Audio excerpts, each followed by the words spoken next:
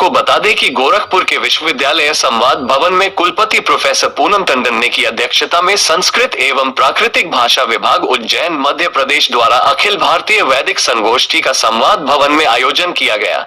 इस दौरान मुख्य अतिथि के रूप में संपूर्णानंद वाराणसी के संस्कृत विद्यालय के कुलपति प्रोफेसर बिहार लाल शर्मा इस कार्यक्रम का शुभारंभ किया। उन्होंने कहा कि वेद हमारे जीवन को नई ऊंचाई देता है जिसकी हम लोग पूजा करते हैं। उन्होंने कहा कि विजयनगर साम्राज्य का निर्माण हो रहा था तब धर्म को प्रशिक्षित किया जा रहा था। स्वामी विद्यानंद उस समय के बड़े विद्वान थे। वहां के राजा ने उन पर विश्वास करते हुए कहा कि यह सब कुछ जानते हैं, इसलिए ये राज को उन्नति पहुंचाने में योगदान देंगे। इस अवसर पर नई दिल्ली के लाल बहादुर शास्त्री राष्ट्रीय संस्कृत विद्यालय के कुलपति प्रोफेसर मुरली मनोहर पाठक, प्रोफेसर ओम प्रकाश पांडे, प्रोफेसर बनारसी त्रिपाठी सहित अन्य लोग उपस्थित रहे। गोरखपुर से एसपी न्यूज लाइव भारत की रिपोर्ट। वास्तविक नाम उनका कृष्ण।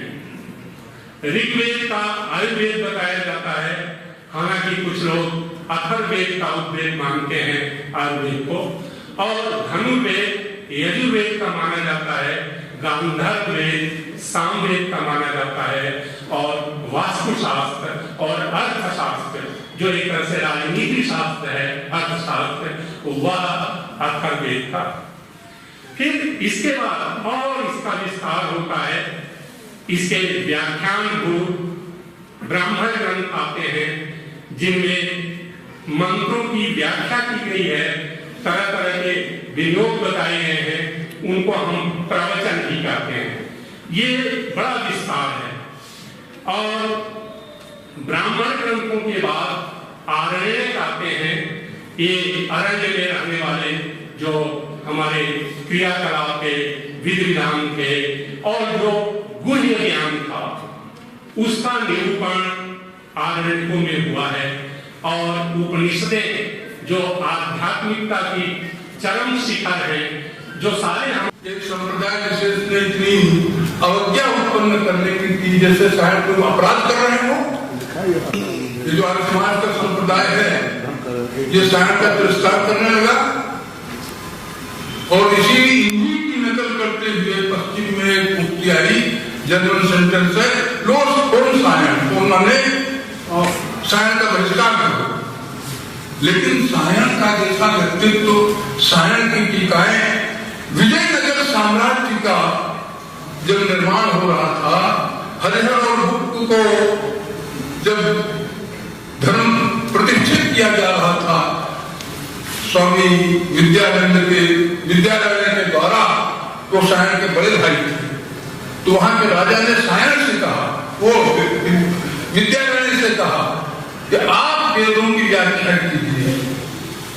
तो बड़ी विनम्रता से अपने भाई पर अगाध विश्वास प्रकट करते हुए उन्होंने कहा कि सर्वम वेदेषु वेदानां सायणार्यो ममानुजा।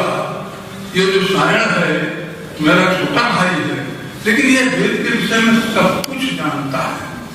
और कभी आपने सुना है कि कोई व्याख्याकार, कोई टीकाकार, कोई भाष्यकार कभी लड़ाई के मैदान में लड़ने गया?